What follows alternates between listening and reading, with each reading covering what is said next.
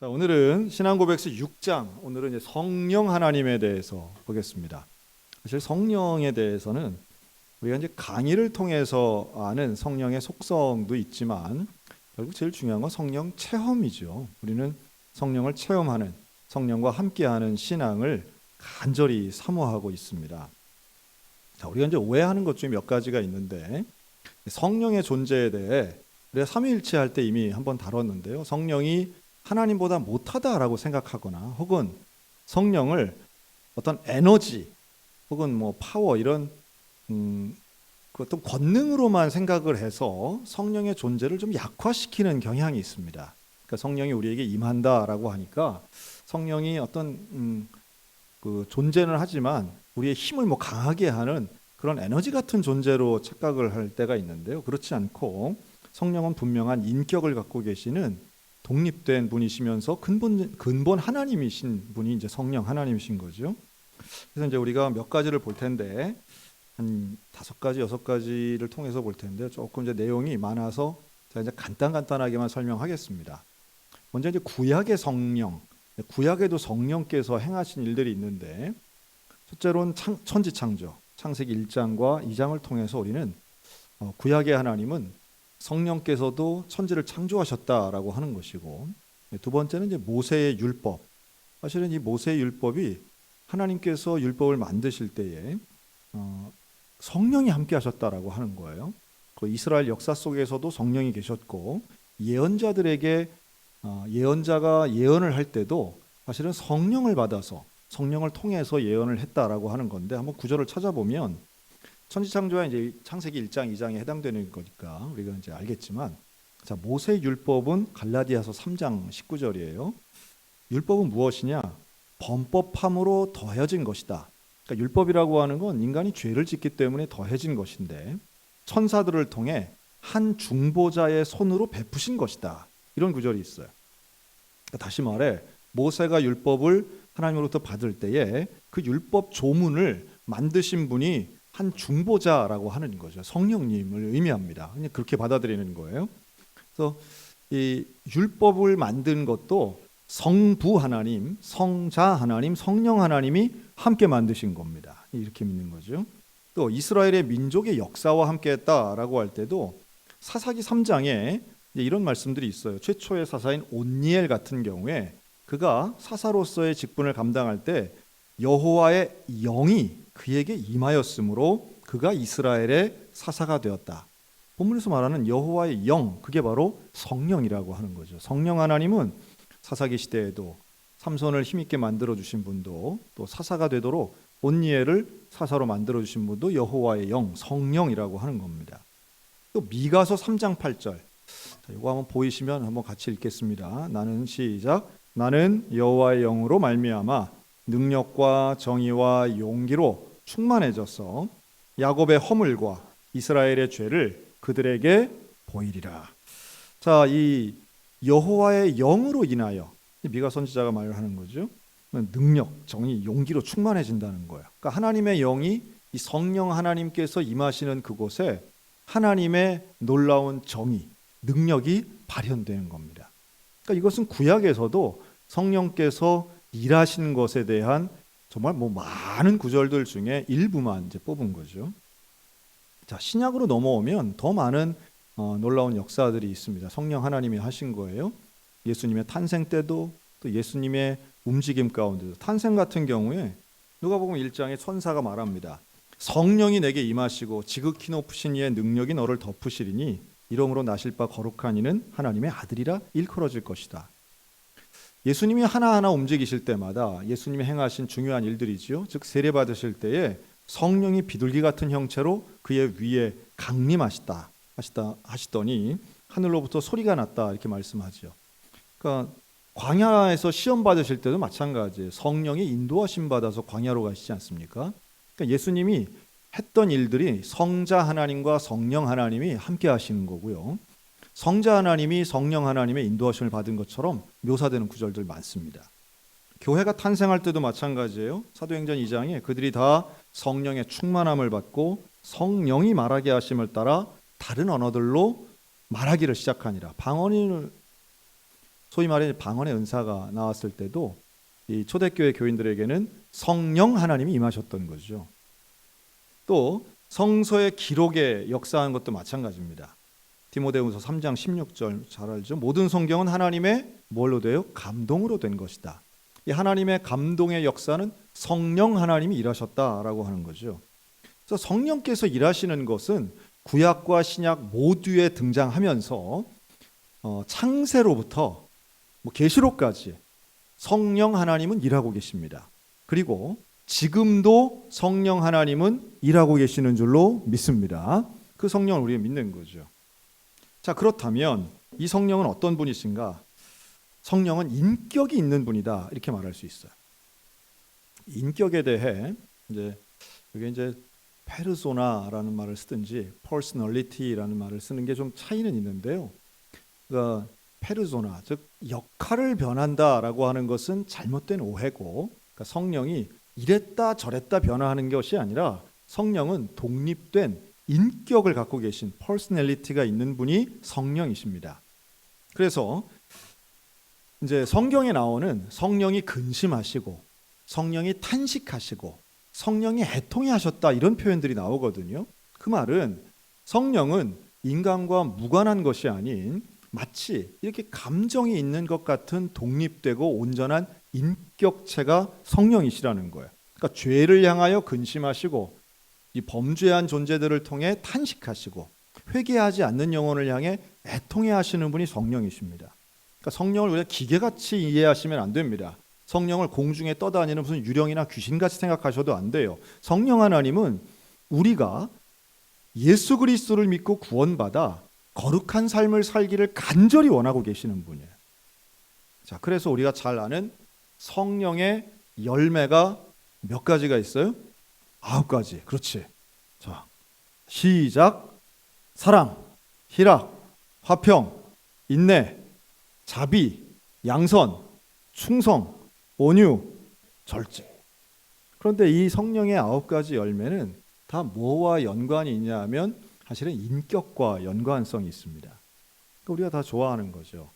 그러니까 감정과 연결되어 있고 인간의 감정과 인격과 연결되어 있어요. 이런 부분들이 사실 우리가 화평한 삶을 살기 원하지만 나와의 관계, 이웃과의 관계가 건강해야 화평한 거죠.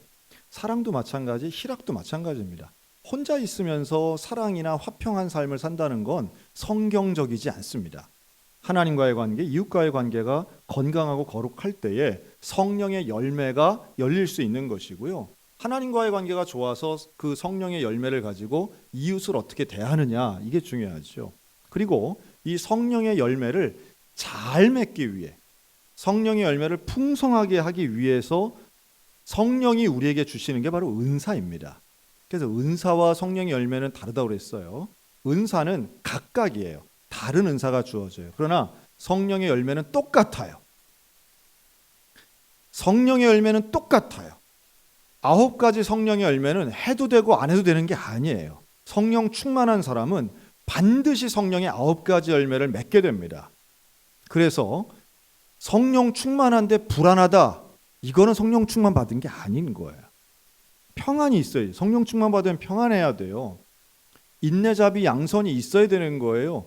사실은 선한 행위가, 선한 일을 하는 것은 본인의 의지가 아닌 성령의 열매로 자연스럽게 나오는 거예요. 근데 은사는 달라요. 은사는 있을 수도 있고 없을 수도 있어요.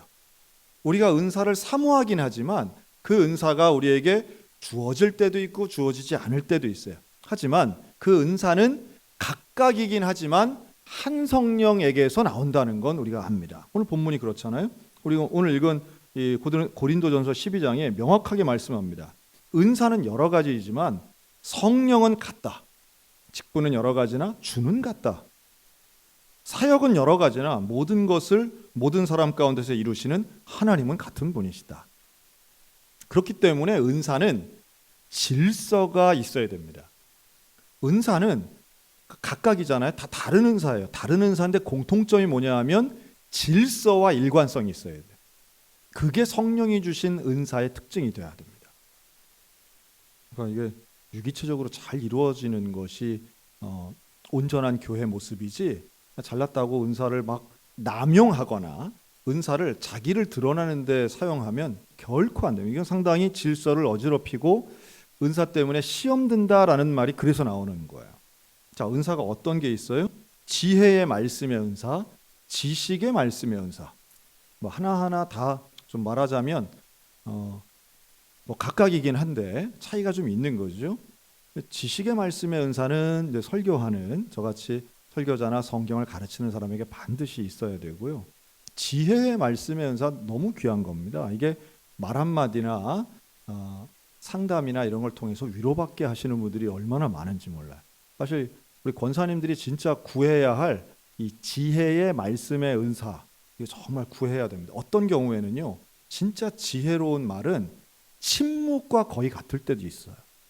그러니까 이게 꼭 말을 많이 해서 지혜로운 말이 아닌 거예요. 꼭 필요한 말, 그 순간에 해야 할 말, 또 그 순간에 있어야 할 몸으로 하는 언어, 손으로 하는 언어, 터치로 이루어지는 언어, 이런 다양한 언어들이 지혜의 말씀의 은사 가운데 있다고 저는 봅니다. 병고침의 은사 두말할 필요가 없습니다. 예수님이 가장 많이 행하신 기적 바로 병고침이죠. 그래서 지혜와 지식의 말씀의 은사를 가지고 사람들을 가르치고 병고침의 은사를 통해서 사람들을 고치시죠. 우리들도 할 수 있고 우리들도 기도해야 됩니다.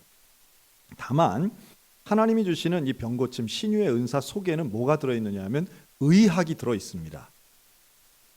현대 사람들이 의학을 거부하거나 의학을 무시하면서 병고침의 은사를 따라가는 건 어리석은 일입니다. 하나님이 우리에겐 과학이라고 하는 지식을 주신 거예요. 그래서 그 과학을 통해서 이루어진 쌓여있는 지식을 통해 병 고칠 수 있다면 그것도 귀한 하나님의 은혜입니다. 능력, 예언, 영분별, 방언, 통역 하나같이 신비로워 보이지만 이것은 다 하나님의 은사로 주어지는 겁니다. 자, 그러면 아마 여러분들 많이 보셨을 거예요. 은사를 활용하는 분들, 특히나 이제 좀 예언이라든가 통역 같은 경우가 가장 많이 현대 교회에서 오용되고 있는 게 예언과 통역이라고 저는 봐요. 차라리 방언의 은사는 어려움을 주지 않습니다. 방언의 은사는 명확하기 때문에. 그런데 이게 진짜인지 가짜인지 확인이 안 되는 대표적인 게 예언과 통역입니다. 특히 통역, 여러분 주의하시기 바랍니다. 방언을 하라고 하고 본인이 통변의 은사가 있다고 해서 통역을 하시는 분들이 있습니다. 그런데 원래의 통역이라고 하는 건 외국어를 통역하는 게 원래의 통역이에요. 그러니까 방언 통역의 은사라고 하는 그 말 자체를 놓고 보면 이해할 수 없는 사투리를 표준어로 바꾸는 게 통역이에요. 자기 멋대로 이야기하는 게 아닌 거예요. 근데 현대에 지금은 여러분 이해 못하는 외국어가 있습니까? 지금은 구글 통역기를 통해서도요 외국어가 다 변환 트랜스레이션이 다 됩니다. 그렇다면 남아있는 건 하나뿐이에요. 알아들을 수 없는 영적인 언어의 영역만이 사실은 지금 과학으로 할 수 없는 통역의 영역인데 여러분 그 영역은 아주 특별한 겁니다. 그것을 가지고 마치 모두가 할 수 있는 것처럼 내가 할 수 있는 것처럼 하시는 분들 대표적인 제가 볼 때는 잘못된 은사 사용의 아주 큰 사례가 이 통변에 있다고 저는 아주 확신하고 있습니다. 왜요? 똑같은 것을 녹음해서 틀어주었을 때 통역이 같은 게 나와야 돼요? 다른 게 나와야 돼요? 같은 게 나와야 될 거 아니에요? 그럼 그렇지 않아요. 그렇지 않다면 이것은 분명히 잘못된 겁니다. 은사가 있다고 주장하시는 분들이 그때그때 자기의 기분에 따라서 말하는 경우들이 대반사라고 저는 봅니다. 여러분 주의하셔야 돼요. 지금 하나님께서는 이런 통역의 은사가 필요한 것이 아니라 사랑의 은사가 필요합니다. 성령의 열매가 더 중요한 때입니다. 지금은 은사가 아닌 열매가 훨씬 더 중요합니다. 은사에 집중하지 말고 열매에 집중하시기를 주님의 이름으로 권면합니다. 은사를 사모하는 그 마음 가지고 열매를 맺기 위해서 노력해야 돼요. 은사는 있을 수도 있고 없을 수도 있는 거예요. 그래서 열매는 없으면 안 되는 거예요. 열매 없는 나무는 있지 않아요. 성령을 사랑한다면 은사가 아닌 열매를 사모해야 됩니다. 열매를 맺다 보면 은사는 자연스럽게 생깁니다. 그리고 그 사모함에 따라서 하나님이 주시는 은사를 가지고 열매를 더 풍성하게 맺도록 해야 되는 거예요. 즉 방언의 은사가 있다, 병고침의 은사가 있다. 여러분, 이것은 전적인 성령의 열매를 위해 사용돼야 됩니다. 사랑, 희락, 화평이에요. 은사 가진 사람 때문에 싸우고 갈등이 있다면, 열매가 방해된다면 그건 은사가 아닙니다. 오히려 성령의 역사를 거스르는 일이 되는 거죠. 그래서 참 조심해야 됩니다. 은사가 있다, 나이가 은사가 체험됐다. 요즘은 은사 체험에 대한 고백들도 상당히 적어진 경향이 있는데요. 은사가 있다라고 하면 그때는 더 신중하게 하나님 앞에 쓰임 받을 수 있도록 그 내 은사를 열매 맺는 곳에 집중해야 되겠죠. 오히려 더 지금을 봤을 때는 재능과 관련된 것을 하나님의 열매 맺는 사역에 배치하는 곳에 우리가 사역 배치에 쓰이기 위해서 더 다른 관점을 가지고 접목할 때가 많습니다. 자, 그리고 이제 마지막 성령과 우리가 체험하는 성령 체험에 있어 가장 중요한 부분은 성령 세례라고 할 수 있는데요. 이 성령 세례는 최초의 성령 충만을 의미합니다. 즉 성령 세례와 성령 충만은 의미는 거의 같다, 이렇게 보면 되겠고요. 그런데 이 성령 세례를 받기 위해, 즉 성령 충만 받기 위해서 이런 순서를 우리가 신앙 고백서에 우리 교단이 정한 거예요. 자, 이것을 우리가 확인을 해야 됩니다. 즉 내가 성령을 받았는가라고 할 때는 첫째는 회개했는가. 회개는 어떻게 합니까? 말과 행동으로 하는 겁니다. 나의 죄를 하나님 앞에 내가 죄인입니다 라고 하는 말을 해야 되는 거예요. 이거 말하지 않으면 회개가 아닌 거예요. 하나님 앞에 이 표현을 해야 됩니다. 그리고 말만이 아닌 행동이 변화돼야 됩니다. 내가 죄인입니다 라고 하면 다시는 죄를 짓지 않도록 내 삶이 바뀌어야 됩니다. 거짓말을 일삼던 나의 모습이 진실을 말해야 되고요. 나쁜 습관을 더 이상 반복하지 않아야 됩니다. 그 회개는 상당히 중요하죠. 회개는 우리 구원의 시작점이에요. 그리고 이 회개한 사람에게 회개조차도 물론 성령 하나님께서 우리에게 주시는 은혜죠. 회개할 수 있는 것 자체가 이미 기적입니다. 그리고 예수 그리스도를 나의 구주로 맞아들입니다. 영접이라고 하죠. 자, 나는 예수님을 나의 구주로 맞아들였습니다. 영접했습니다. 여러분, 이것을 사람들에게 요 사실을 말하는 것이 간증입니다. 간증은 내가 이전에는 예수님과 내가 무관했는데 내가 회개하고 예수님을 나의 구주로 영접했습니다. 이게 간증이에요. 다른 것은 기적을 경험했습니다. 병고침을 얻었습니다. 이것은 은혜 나눔입니다. 은혜를 나눈 거예요. 내가 경험한 하나님의 은혜를 나누는 일이라면 간증은 그런 의미에서 간증은 일생에 딱 한 번인 거예요. 한 종류인 거예요. 왜요? 예수님을 내가 영접한 그 최초의 순간을 이야기하는 거니까. 죄인이었던 내가 예수 그리스도의 십자가의 구속의 은혜로 구원받았습니다. 그거 믿게 되었습니다. 여러분, 이 놀라운 기적의 간증이 우리의 생활 가운데 사람들 앞에 증거되시기를 주의 이름으로 축원합니다. 또 이것을 잊어먹지 않았으면 좋겠어요. 잊으시지 않았으면 좋겠어요. 이게 진짜 간증인 거예요. 그 다음 순종의 단계예요. 누구에게 순종할까요? 하나님 말씀에 순종하는 겁니다. 교회에 순종하는 것입니다. 혼자 신앙생활 하는 게 아니라 하나님의 말씀에 따르고 교회의 법에 순종하는 거죠. 이제는 나의 삶의 영역이 하나님 말씀 안으로 들어가야 됩니다. 내 육체가 예배당 안으로 들어가는 것처럼 인생의 모든 삶의 질서가 교회와 말씀 중심으로 따라가는 거예요. 그리고 이제 신앙생활이 시작되고 구원받은 자의 삶이 시작되었다면 네 번째는 이제는 갈망하는 것입니다. 뭘 갈망할까요? 하나님의 영을 갈망하는 거예요. 성령 하나님을 갈망하는 거예요. 왜냐하면 이 땅은 워낙 유혹이 많고 미혹이 많아서 하나님과 날마다 함께 할 수 없는 상황들이 많아요. 그래서 우리는 하나님과 함께 하기를 원해야 돼요. 날마다 함께 하기를 원해야 됩니다.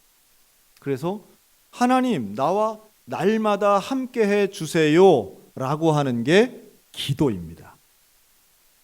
여러분, 기도는 우리의 필요를 간구하기도 하지만 그 필요 중에 가장 중요한, 내가 가장 원하는 소원 중에 소원은 하나님과 함께하는 거예요.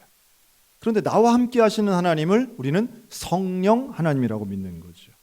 그래서 성령 하나님께서 구약부터 지금까지 함께 하시는 그 하나님이, 인격을 가지고 우리를 살리시는 그 하나님이, 은사와 열매를 주시는 그 하나님이, 그 성령 하나님이 나와 함께 하시기를 갈망하는 겁니다. 그리고 그 하나님을 향하여 기도하는 거예요. 그런 다음 기도한 후에는 어떻게 해야 되느냐? 믿음으로 받아들이는 거예요. 어떤 것을 받느냐? 마가복음 11장 구한 것에 대해 받은 줄로 믿는 것입니다. 그럼 뭘 받아요? 하나님이 나와 함께 하시는 것을 받는 거예요. 하나님이 나와 함께 하는 것. 이것이 성령 세례 받은 사람의 모습이에요. 성령과 함께하는 사람은 회개하고 예수님을 영접하고 간증하며 그 말씀에 순종하는 삶을 살고 계속 그렇게 살기를 갈망해서 하나님 앞에 하나님 나와 함께 해주세요 라고 기도하며 그 기도한 대로 하나님이 나와 함께 하시는 것을 믿는 사람, 여러분, 그 사람이 성령 충만한 사람입니다. 목소리 큰 게 성령 충만 아니고 하나님의 앞에 이 6단계를 이건 물론 기억하는 것도 좋지만 우리의 경험에 비추어 보아 이 6단계가 다 있어야 되는 거예요. 그리고 이것은 우리에게 반드시 필수적인 거예요. 그래서 하나도 소홀한 것이 아닌 하나님 앞에 영적인 생활, 성령 충만한 생활, 성령 충만이라고 하는 건 가득 차서 다른 게 더 이상 들어올 수 없는 거예요. 하나님의 영으로 가득 차면 죄의 유혹이 들어올 자리가 없는 거예요. 그러나 우리가 실수하고 넘어지고 때로는 시험에 빠져서 빈 공간이 생기게 되는 순간 사단은 우리를 늘 넘어뜨리려고 유혹합니다. 우리가 이 땅에 살아있는 동안은 사단의 유혹과 끊임없는 전쟁을 하는 거죠. 하나님 나라 갔을 때는 그 유혹이 없는 거예요. 온전한 하나님의 성령의 충만한 생활을 할 수 있는 거죠. 여러분, 이 땅 가운데 성령 하나님 사모하는 저와 여러분들 되시기를 축원합니다. 그리고 성령 세례와 성령 충만함을 사모하여 성령의 은사도 받고 성령의 열매를 맺는 하나님의 거룩한 사람들, 성령의 사람들 다 되시기를 우리 주님의 이름으로 축원합니다. 아멘. 기도하겠습니다.